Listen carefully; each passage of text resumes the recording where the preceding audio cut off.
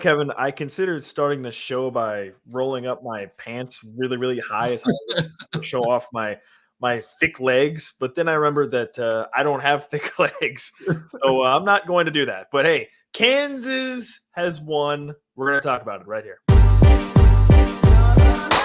Thanks for listening to KC Sports Network, proudly presented by Emprise Bank. If you're thinking about starting a business or know someone who is, check out Emprise Bank's SBA loans. It's always good to know your options, and they can be your partner in possible. Paid all who enter, and beware of this podcast after dark. It's 12:45 a.m., but we are live here. We're live, alive, and fired up as Kansas football goes on the road against BYU and knocks off the Cougars for Kansas's second top 10 win, by the way, in the last 2 years after beating Oklahoma last year. 17-13, Kansas gets the win. The Jayhawks hang on. We're going to talk about that and plenty more here. I'm Nick Springer, along with Kevin Flaherty. We are brought to you by Emprise Bank, your partner in all things possible. And if you're in the chat with us live here, if you can't go to sleep like we can't go to sleep, then hop in the chat, drop a like, drop a subscribe, drop a comment. AB is in here, paid after dark. That's right. He is fired up. We're fired up as well. Kansas with the W over BYU. Kevin, how you feeling right now? KU's now 4-6. They knock off the undefeated BYU Cougars. What's the vibes over there? Two top 10 wins in the last 2 seasons, but Nick, 2 ranked wins in the last 2 weeks after beating Iowa State last week and now BYU this week. And I think the impressive thing is they've done it in different ways, right? I think the Iowa State game was a game where the offense was firing on all cylinders against one of the Big 12's best defenses. And now in this BYU game, the offense didn't really get going. I think there were multiple reasons for that. I'm sure that we're going to get to talking about that. But the defense, we talked about just before we started, Nick, bend but don't break. They bent, but they did not break it, and they did not break when it mattered the most. And I think the other thing, Nick, we've talked about Parker Fleming, Stats of War on Twitter. I highly recommend you follow him. He's a great follow. He does the chart every week of did we get beat that bad this week? And it looks at success rates from a play-by-play standpoint. And if you look at that, Kansas should be having a much different season. This is one that's going to go the other way. When that chart comes out, Nick, it's going to say that BYU should have won this football game. BYU has won some games this year that maybe were really tight, really close, that maybe they shouldn't have won. Kansas, of course, has lost almost all of those. It was maybe a little bit of a time for a little bit more positive regression in Kansas's case. And one of the reasons why Kansas is coming home with a win, Nick, is not because of Jalen Daniels' pinpoint passing. It's because of Jalen Daniels' pinpoint punting. Yes, the old punt it with the quarterback off the defensive back's head play. Yes, just like they drew it up. I'm sure Lance Leipold, he called that timeout and he was like, hey, listen, just punt it at the DB, bounce it off of his head, Quentin Skinner recover it, it'll work. And sure enough, it did. And that was what led to the Kansas game-winning touchdown. But Kevin, what I loved really the most about that sequence of plays was that Kansas did not try to get cute when they got the ball again. The first play, it was a straight handoff to Devin Neal, and he scored. No funny business, no BS. Give it to 4, and he goes and scores. That was maybe the part of that sequence that I loved the most. But, yeah, a wild turn of events, right? Because it's 3rd and 9. You're thinking, okay, get a couple yards here and go forward on 4th down, right, in that situation. And then you get the negative play, and all of a sudden it's 4th down. We think it was a negative play, Nick, because ESPN's broadcast just absolutely cheated out of the building. We don't actually know what happened on that play. That's a good point. I actually forgot about that. We don't actually know what happened on that play because the screen went rainbow colors, and then I don't even know something. Then they showed next thing you know, he gets sacked. Like over on the side, and didn't actually show what happened. Listen, and they had conveniently a replay that showed Jalen Daniels getting sacked, but they didn't show that in real time. I agree with Utah now. I agree with Utah. Stop the steal. Okay, there was some crap going on there. They were trying to rob us again. But then Kansas pulls out the punted off the guy's back of the helmet play. But yeah, a really crazy sequence because at the time I'm like, oh my gosh, you're calling a timeout here. Like, oh man, that's, those are valuable, right? In this one possession game. So I was like, don't really love that. Are you going to go for it now? Like, you can't call a timeout to punt. Like, that's a bad look. And then they line up to go for it. And I'm like, okay, I guess, we ball. Why not? Go for it. And then, of course, the push punt. And the next thing you know, boom, Cave's got the ball inside the 5. Just absolutely bananas sequence of events. And what really turned out to be, Kevin, just kind of a weird game all around from start to finish. With the way things started, Kansas, of course, opening drive goes down for a touchdown. We've talked about it previously, but Jeff Grimes, he can certainly script an opening drive or an opening, sequence of plays. I think that's been proven now. Kansas has had a lot of success early on with their opening drives, and it happened again in this game against BYU. Yeah, he's been terrific on opening drives. And one of the things that we talked about this week heading into it, and I think it wasn't necessarily surprising to me, is BYU is more physical than just about everybody they play, Nick. But Kansas's offensive line is incredibly physical. And I thought that was an area that maybe Kansas might be able to match BYU's physicality. And you saw that first drive, Kansas really kind of marched the ball down the field. They did it with a lot of downhill running, as well as they did hit on a pass or two. But I thought that kind of set the stage. And then, not to get too far into the game, but Kansas got away from, I think, some of the things that were working on that drive in terms of the downhill running game. And I wanted to ask you this kind of before we got into it, because I have a little bit of a theory about why Kansas's offense wasn't as good. Part of it is BYU's defense is really good, and that needs to be acknowledged.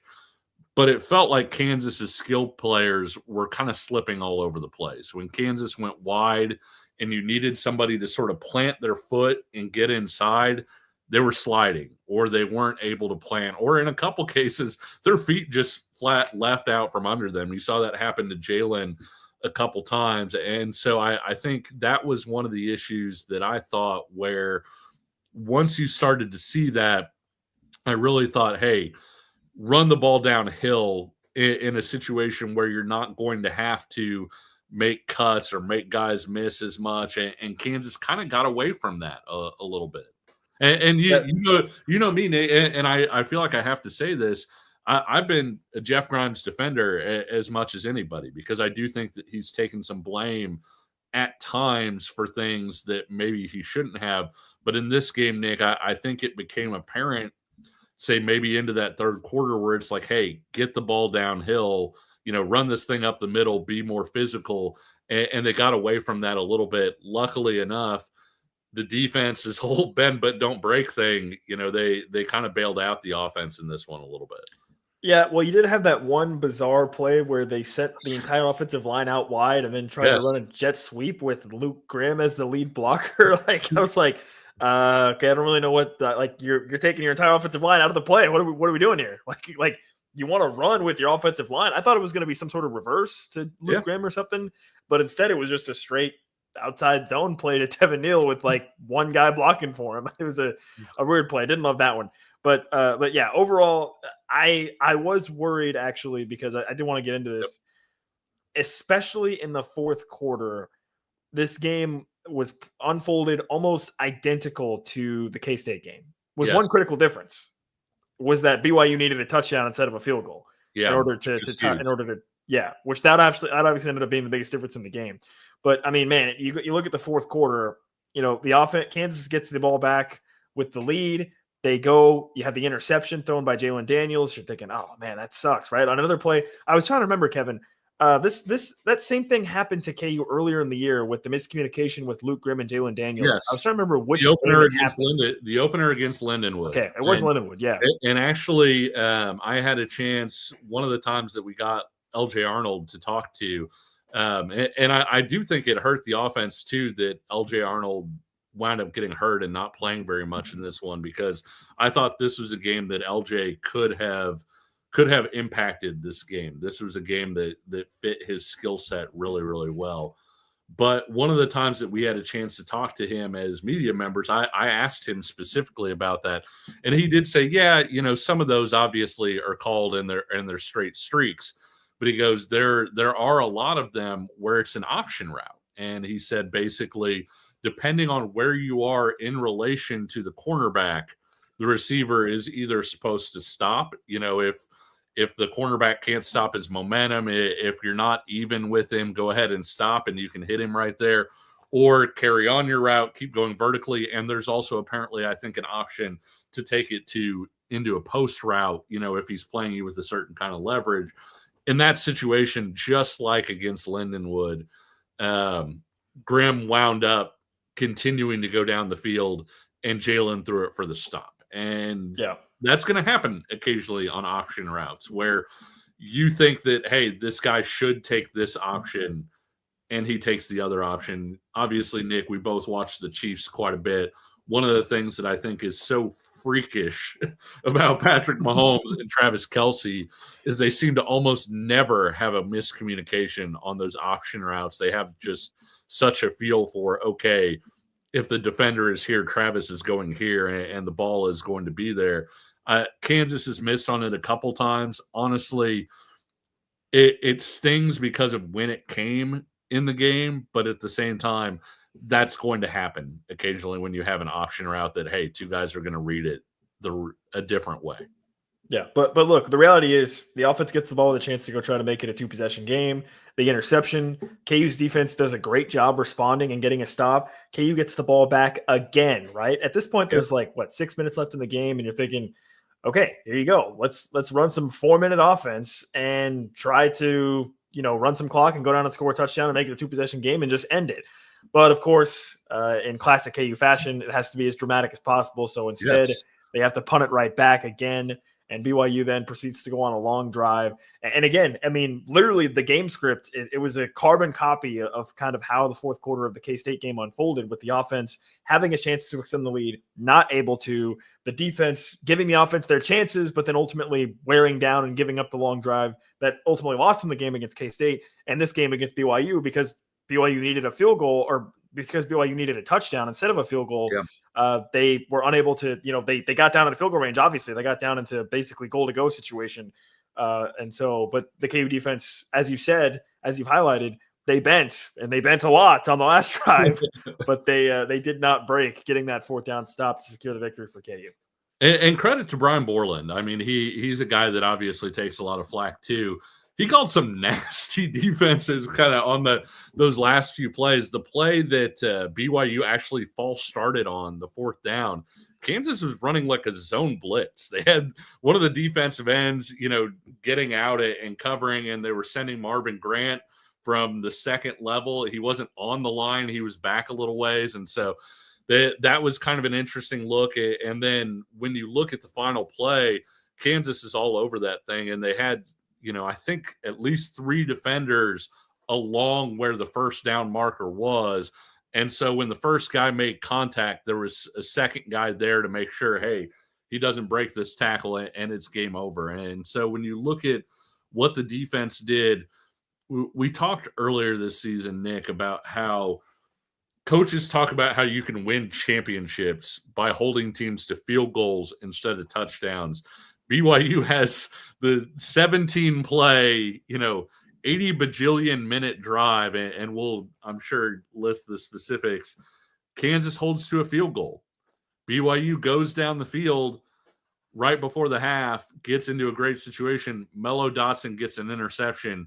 Kansas gets the stop at the end of the game. When you look at those 3 possessions together, those are 3 potential touchdown opportunities for BYU that ended in a total of 3 points, and that was the difference in the game, quite frankly.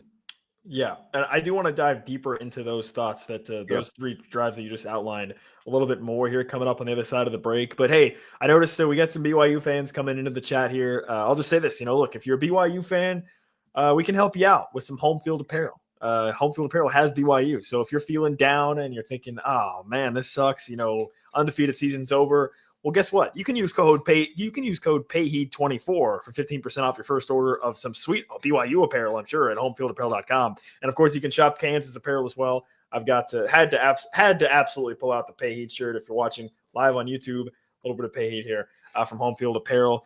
So yeah, you can shop BYU, you can shop Kansas, you can shop any other items. Look, at Christmas is around the corner. You got some fans in your family that are of other teams. You can shop Home Field Apparel and use that promo code PAYHEAD24, 15% off your first order.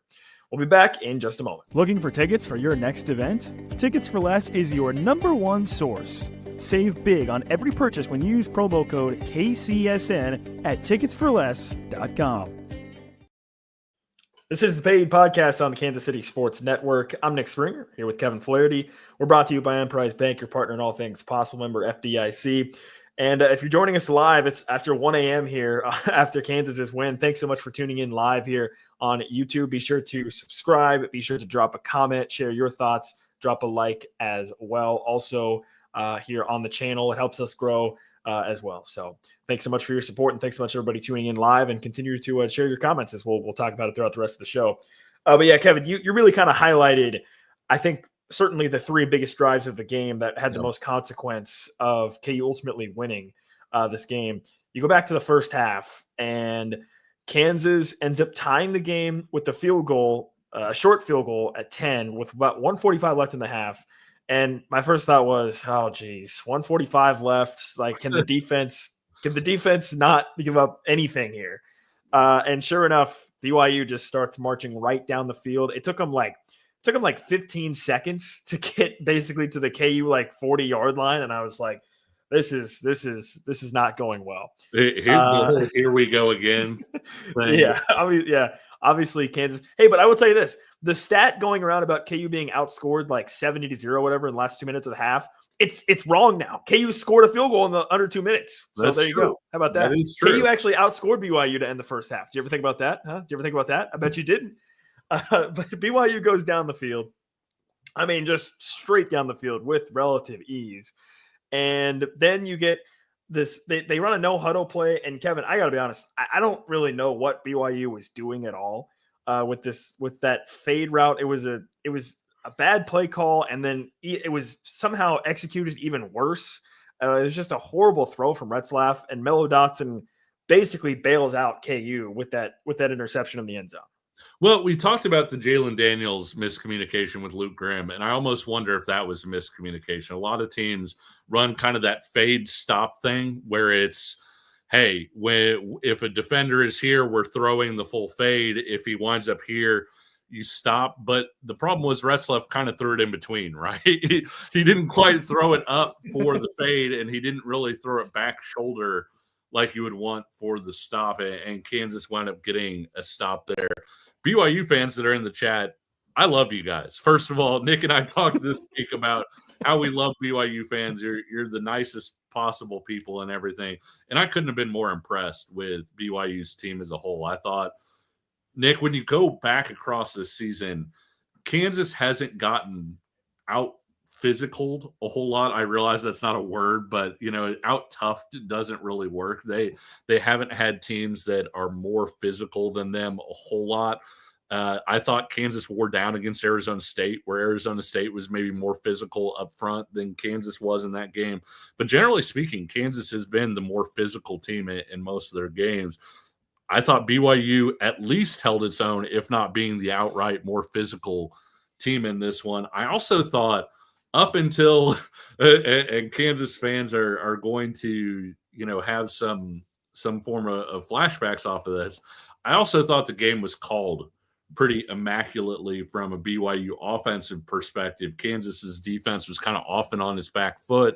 They had Kansas flowing one way and went the other way a lot up until that option to the short side. The 3rd and 6 option in a key third down situation. And so it's tough because I can see how an offensive coordinator can call a great game and then have a call like that and have people say, oh, what an idiot. I thought the game was really well called for BYU. I thought their offensive line was terrific. I thought their defensive line did a great job. Again, Kansas has lost several games this year, Nick, where Kansas was the better team on the field. And you brought up K-State earlier. That was one of them. This is one where BYU, I think, was the better team, but Kansas was able to find a way. And one of the things that you mentioned, the punt is obviously going to be a huge thing that people look at, but the other part is going to be those 3 drives that you talked about that resulted in an entirety of 3 points for BYU. Yeah, yeah. And then one other thing about that drive at the end of the first half is, Melo Dotson gets that pick with like 40 seconds left. KU has all 3 timeouts. Were you surprised that Kansas didn't try to do anything? Listen, I actually think it was the right thing to do. You're on the I road. agree. You're on the road. You just got a big momentum play. You don't want to do anything stupid to give up a momentum play back right before halftime. And on top of that, obviously, I mean, I have a hard time believing that Lance Leipold's not standing on the sideline thinking, "Oh my God, we've been here, half a dozen times early in the year, and we always find a way to screw it up and make a big mistake before half. So let's just get to half. Like, let's just get to half as quickly as we can." And the funny thing is, like, Kansas has always been wrong this year, right? Like when they've tried to go for it, something catastrophic has happened. And when they tried to play conservatively against Arizona State, and you say, okay, let's just run it, punt it to them deep, and then that'll be the end of the half, you give up a huge return, and Arizona State winds up scoring. And so I'm right there with you, where it feels like, was it the conservative choice? Yes, but I think ultimately it was the right choice, the safe choice. And you're entering the half, like you said, with positive momentum because of that Melo interception. And so I think that was the right decision. Of course, BYU getting the ball to start the second half. And Nick, one of your favorite kinds of drives in the entirety of mankind. Take it away, sir. Dude, this is as good as it gets, Kevin. I mean, this was just awesome. This is what I live for. Okay, this is what I live for. BYU opening the second half, Kevin. 17 plays, 66 yards, 10 minutes and 26 seconds off the clock. 3 points. That's right. 3 points. Count them. 1, 2, 3. 3 points, 10 and a half minutes, 17 plays. Unbelievable drive. It's immaculate. It's perfect. I no notes from me. Incredible. I loved every second of watching it. That's just as good as it gets. That's just why I love football, man. I mean, it's incredible. It was absolutely amazing. I know you had tweeted this out during the game so with 4.5 minutes left in the third quarter, when KU got the ball back, I believe KU would run 27 offensive plays. 27 offensive plays at that point. Yeah, that's. Hey, the other team cannot move the ball offensively if they do not, in fact, have the ball. The only drive that I've seen this season that was better than that was what Army did last week. Yeah, the Army one that was like 27 plays or whatever. Yeah, yeah, 21 plays, 94 yards. People watching, that is just America right there. Like that is our armed forces standing up for your freedom by going 27 plays. But Nick, they scored a touchdown. Listen. The European mind cannot comprehend a 17-play, 66-yard field goal drive. The European mind cannot wrap its mind around that one. So also AB in the chat here with the uniform combo. Yeah, I was a bit perplexed as well. I mean, you have the black uniforms. I guess technically you should only probably wear them like one time at home. I mean, you don't want to be blackout every game, but maybe they just wanted to find another use for them.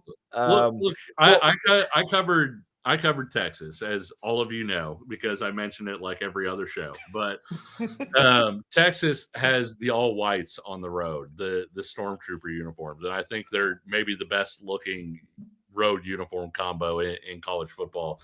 I would love it if Kansas basically did their version of the Stormtroopers and stuck with that. But that's just me. I realize kids are different nowadays. They get excited about different uniform combinations. Nick, obviously I'm on the Verbal Commitment podcast with Ryan Wallace, and you are as well. One of the things we hear from recruits a lot of times is like, oh man, did you see that Oregon combo, or man, or Oklahoma State used their 254th uniform combination in their 254th game? And you also actually hear complaints about it from players and recruits when they're like, yeah, this school, they always have the same uniform.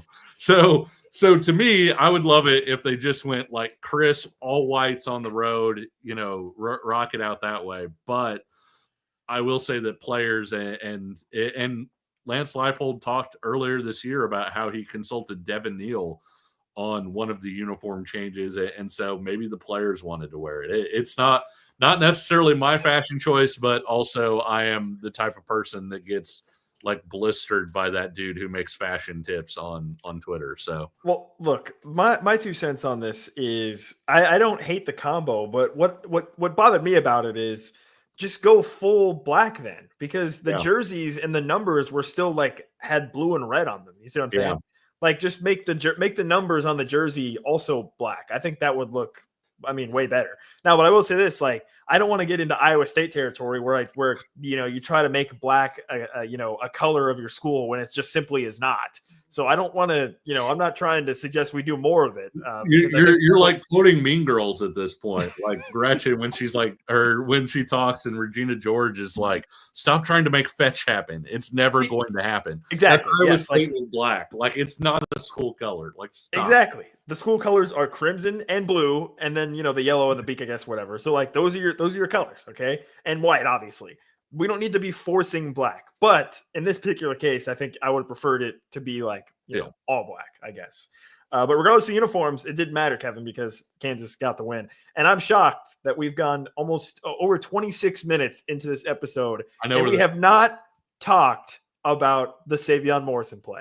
Oh man, I feel like you're slacking, Nick. Like I brought up the long field goal drive that is, of course, right down your alley. For those of you who didn't watch, over the summer, we did a retrospective and a look back at every game from last season. One of the things that you noticed every single episode was Nick loving these long drives that resulted in field goals.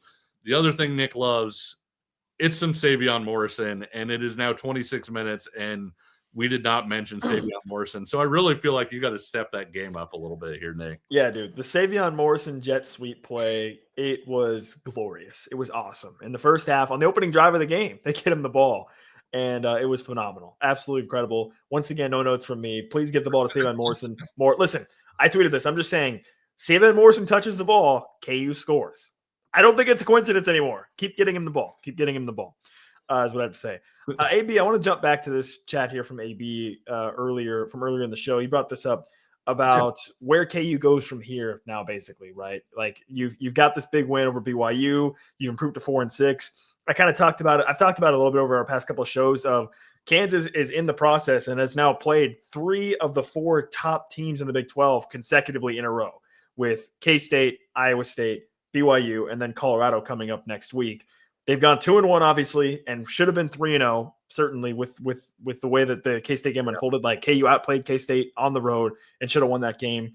Then now they're going to play Colorado.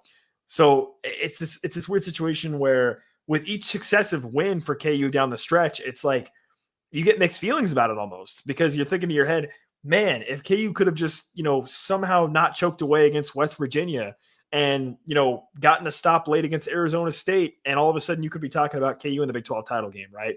Because the way that this conference has ended up unfolding, it really was perfect for an opportunity for KU to be the team in that conversation. And it's just unfortunate that the way conference play started and the way the season started for KU, they're not in that conversation. I believe with Colorado winning today, Kevin, there was one very, very small scenario where KU still could have made the Big 12 title game at 6-6. But I think one of the key factors was Colorado losing out, and they obviously won earlier today, or I guess yesterday, since it's after 1 a.m. With them beating Utah. So I guess that officially dashes your hopes. But yeah, I mean, I'll just say this, and I've seen some people on Twitter kind of share the same thought here, which is at this point, honestly, I think you have to tip your cap to Lance Leipold for keeping this team together, right? Like keeping these guys on the right track. I mean, with the way this season started, could you have blamed anybody for kind of packing it in and folding it in on this season?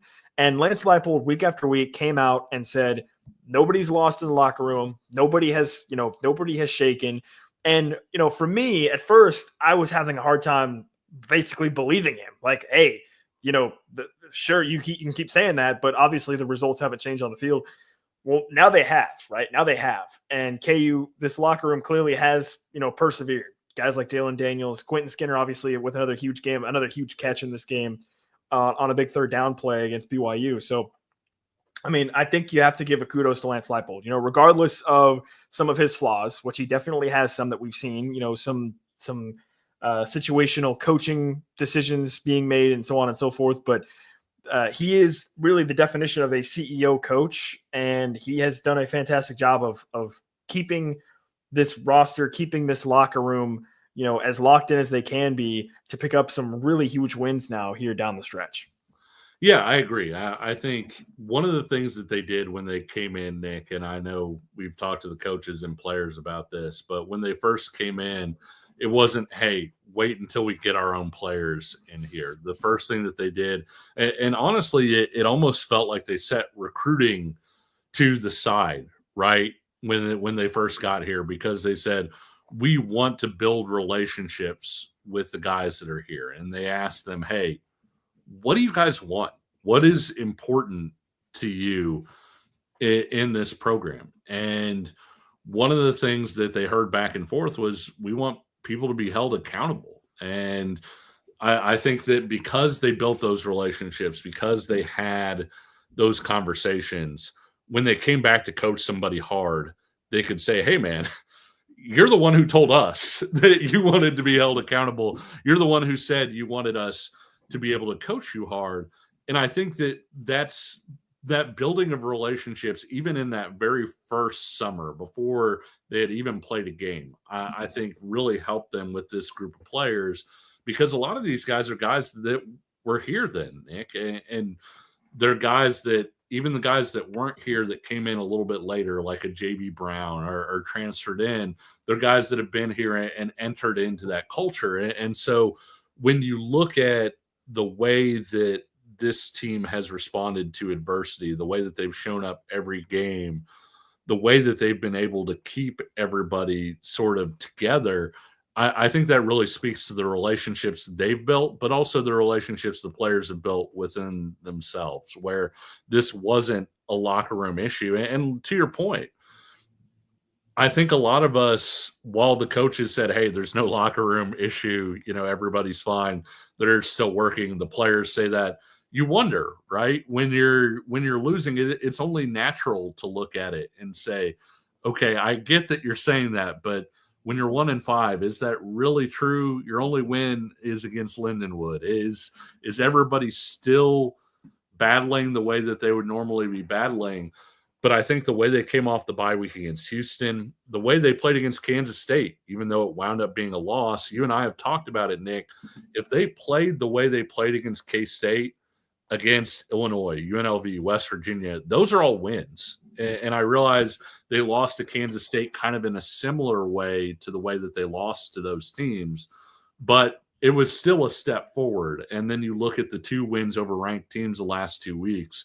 I think it's very apparent that the locker room was never lost, that guys continued to get in and grind on a week-to-week basis and try and figure things out. And to the question, I guess, that was asked about 30 minutes ago before I started this answer, I do think that if you wind up 4-8 or 5-7, it's not ideal, but I think that it's still something that you're able to take that into recruiting, that you're able to point to that and say, hey, we had a rough start, but look at the way that we responded.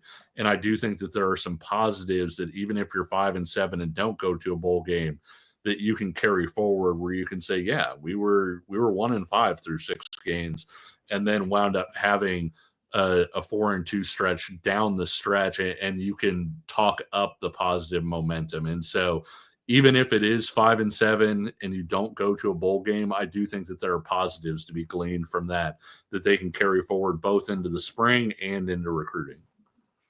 Nicholas Patton here with, I think, an apropos chat saying could be the best and worst 6-6 season ever. When you look at it from that standpoint, you're absolutely correct, right? Because on the one hand, you thought you had a shot at the Big 12 title to begin the year with the talent you brought back. You got off to the rough start. You think, is this thing collapsing? Clearly, it's not, right? I mean, this BYU game is an example of that. This was a gritty win against a BYU team that honestly, like, if you're a BYU fan walking away, we've talked about it, BYU fan, you've got to be very upset because you had multiple chances to probably win this game, and you had a pick in the end zone. You had a long drive that ended in a field goal, and then obviously the last drive of the game where you drive down and get stopped on 4th down. Like, BYU fans probably are walking away from this game thinking they outplayed KU, and I don't really know that they're totally wrong in that assessment. No, I would agree with that. Yeah, I would 100% agree with that. Yeah, and so you think about that, Kansas getting a gritty win. Obviously, the way that they've lost some games earlier in the year in the same manner speaks volumes to this team not quitting and continuing to fight and finding a way to get it done. I mean, listen, this is your second top 10 win in 2 years. I mentioned that earlier in the show. KU had, I think, like 4 top 10 wins in like 50 years before that, and with Lance Leipold, they've gotten 2 in basically 12 months, a little over 12 months when we think back to the KU Oklahoma game last year. So, the question I think going forward is, honestly, to me at this point, regardless of if you're 5-7 or 6-6, I think 4-8, I would feel a little bit down if you end up finding a way to lose these next 2 against Colorado and Baylor. We'd feel a bit down, but I would probably feel the same about a 5-7 season or a 6-6 season in the regular season. If KU were to go on and win a bowl game and finish 7-6, I'd feel a lot better. But I would probably feel the same because I think regardless, you showed that you could fight back from, incredible adversity with the way that they started. I mean, listen, Tata and Hawk brings up a great point. Like, I don't think there's that many teams around the country that could start a season 1-5 and then turn around and rip off consecutive top 25 victories, including against an undefeated team on the road in – an environment. I mean, I'd be curious when we get a chance to maybe speak with some of the players later on this week, I'd be curious about their thoughts on the BYU environment versus playing at K-State. Like which environment was more intense, because I think BYU certainly brought it with the environment, and Kansas finds a way to win that game. So I think that's a great point about the fact that I don't know how many teams around the country can dig themselves out of a start like this, right? Like, if you want to try to make a comparison, and it's not a fair comparison, I guess, but like looking around the country this season, you look at a team like Florida State and the start that they had, and what happened? They absolutely imploded and are completely dead, right? So that's just one example of another team with similar expectations. I guess Florida State probably had higher expectations based off their fan base of thinking they could go to the college football playoff and beyond. Terrible start, and they just absolutely floundered. So this KU team could have easily done the same thing, right? They could have easily, had the bye at 1-5 and then played Houston and then said, oh my gosh, we got to play the top 4 teams in the conference, 4 consecutive weeks. This is not going to go well. And they could have just completely folded, and they did not. And James Compton brings up a great point. I mean, just look at Utah and Oklahoma State, right? Yeah, sure. Utah showed a lot of, I will say this, Utah showed a lot of fight against Colorado.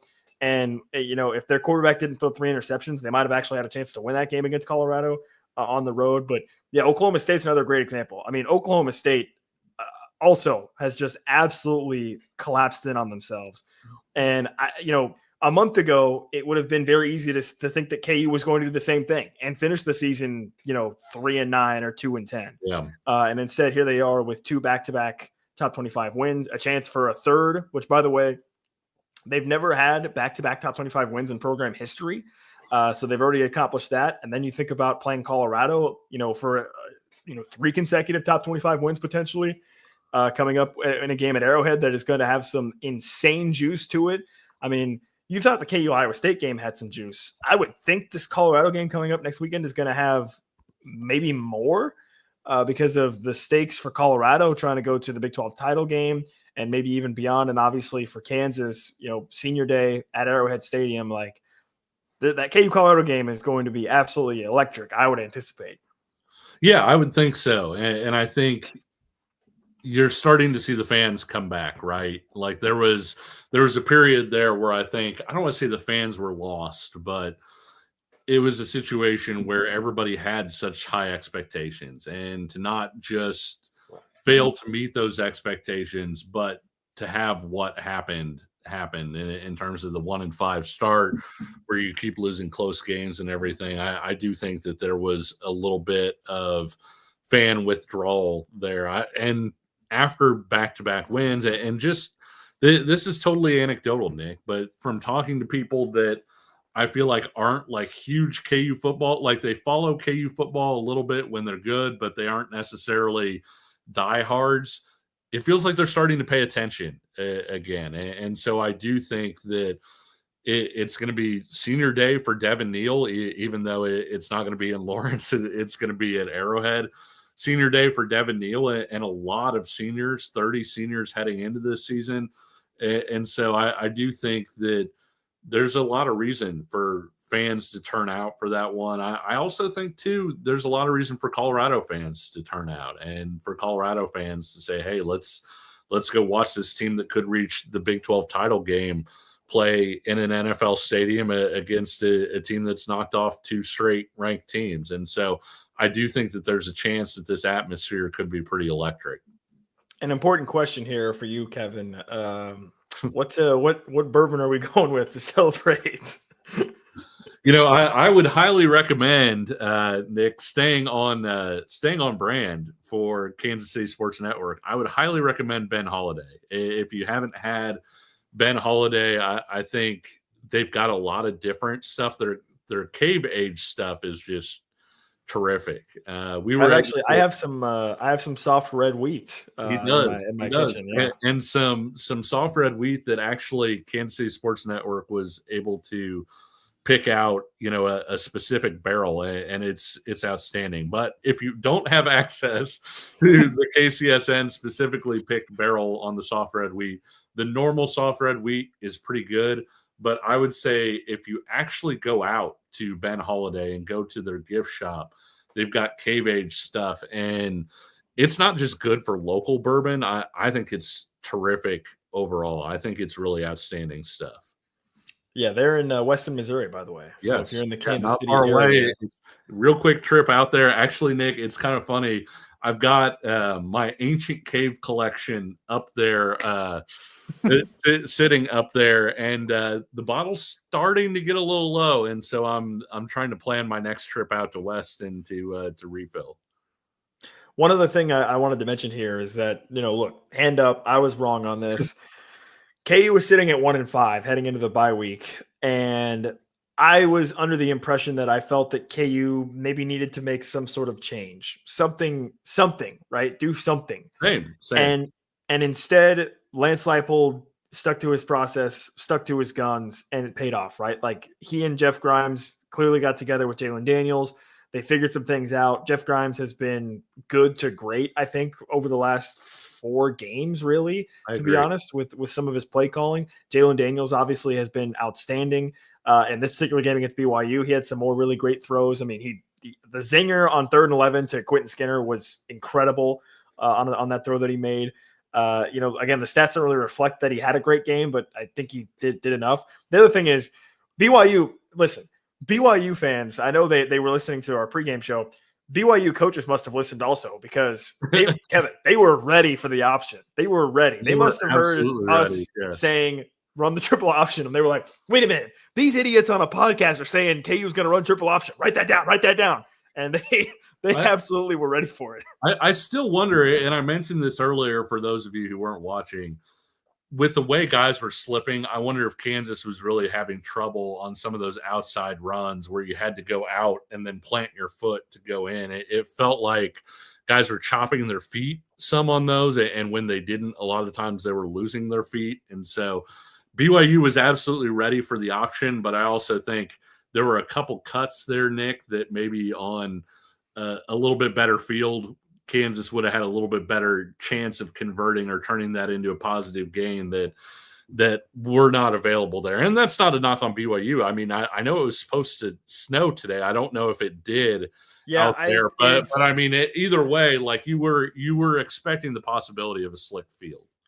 Yeah, I think I remember on the broadcast they had talked about the field being wet during pregame a little bit. Yeah. I don't really know how much that carried over into the game itself. I think it snowed in Salt Lake City, which is close by to Provo. I don't know. I didn't pay that close of attention to the weather. Todd Town Hawk also here with another comment that we've touched on, Kevin, a little bit, which is that at the beginning of the year, you were thinking for KU, oh my gosh, no Utah, no Oklahoma State, no Arizona. Oh, this is great. And it has instead flipped on its head where KU turns out is going to end up having played one of the toughest conference schedules in the conference, which is kind of wild to think about considering what we thought it was going to be back in September. So just an interesting point there that KU ends up, like I said, I've mentioned it. They're going to be playing the top 4 teams consecutively here. They played 3 of them, obviously, and are about to play Colorado as well. So yeah, I wrote the season preview for Lindy's for the Big 12. And one of the reasons that I had Kansas ranked really high was not just that I believed in this Jayhawk team, although I did, but also, Nick, it was, hey, they're not playing very many of these top other teams in the Big 12. Projected. I think the only top team that they played on the road was going to be K-State, and then Iowa State was the only other one of the top 5 or 6 teams that they were even playing at all. And so I was like, yeah, they avoid Utah, they avoid Oklahoma State, they avoid Arizona. Like, this is a really manageable schedule, Nick. And then all hell broke loose. But the Big 12 broke loose. Let's just put it that way, because the Big 12, a tradition like no other, the Big 12 absolutely eats its young year after year after year. I swear this league could have had 3 or 4 more national titles over the course of its history if it didn't have this history of just absolutely eating its young year after year. Well, look, we've been talking a lot about KU possibly finishing 5-7, and I think that's under the premise of you lose to Colorado and go beat Baylor. I don't want to overlook Baylor at all. Baylor's looked great. Yeah, they get a big win earlier today against West Virginia and Morgantown by 14, and what ended up being an absolutely wild game. I don't know how much anybody watched that game. It was just chaos. Did you watch the K-State game, by the way? I was paying attention to it. I was not watching it entirely. Saw K-State miss a 36-yard field goal in a key. I did. After, of course, making a 51-yarder, Yeah, look, it's just classic K-State. But yeah, it is. I should point out, it is a real shame. It is a crying shame that K-State lost earlier today. I'm just really broken up about it.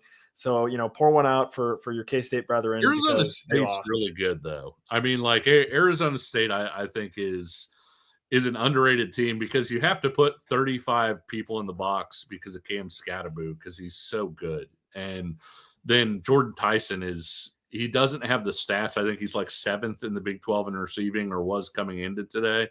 But I think Jordan Tyson's one of the top couple wide receivers in the Big 12 probably. And you put 8 guys in the box, you just can't match up with that dude.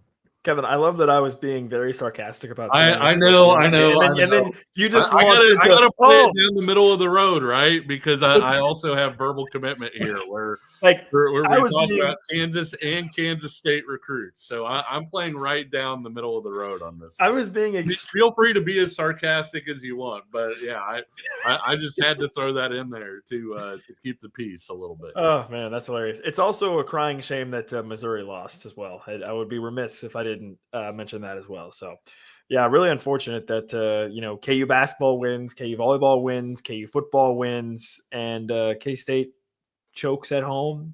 Missouri loses also to South Carolina. That's a real shame. Also, shout out right here. shout out to South Carolina for giving KU Bengali Kamara as well. So that's pretty cool.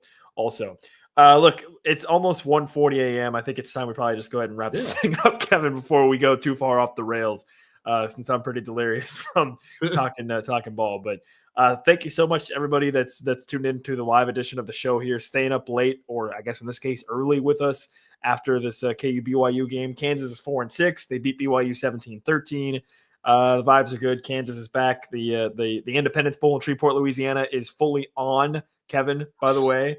You go 6-6, so be ready for that. Hold on. Would you go to Shreveport for that? Because I would absolutely go to Shreveport for that.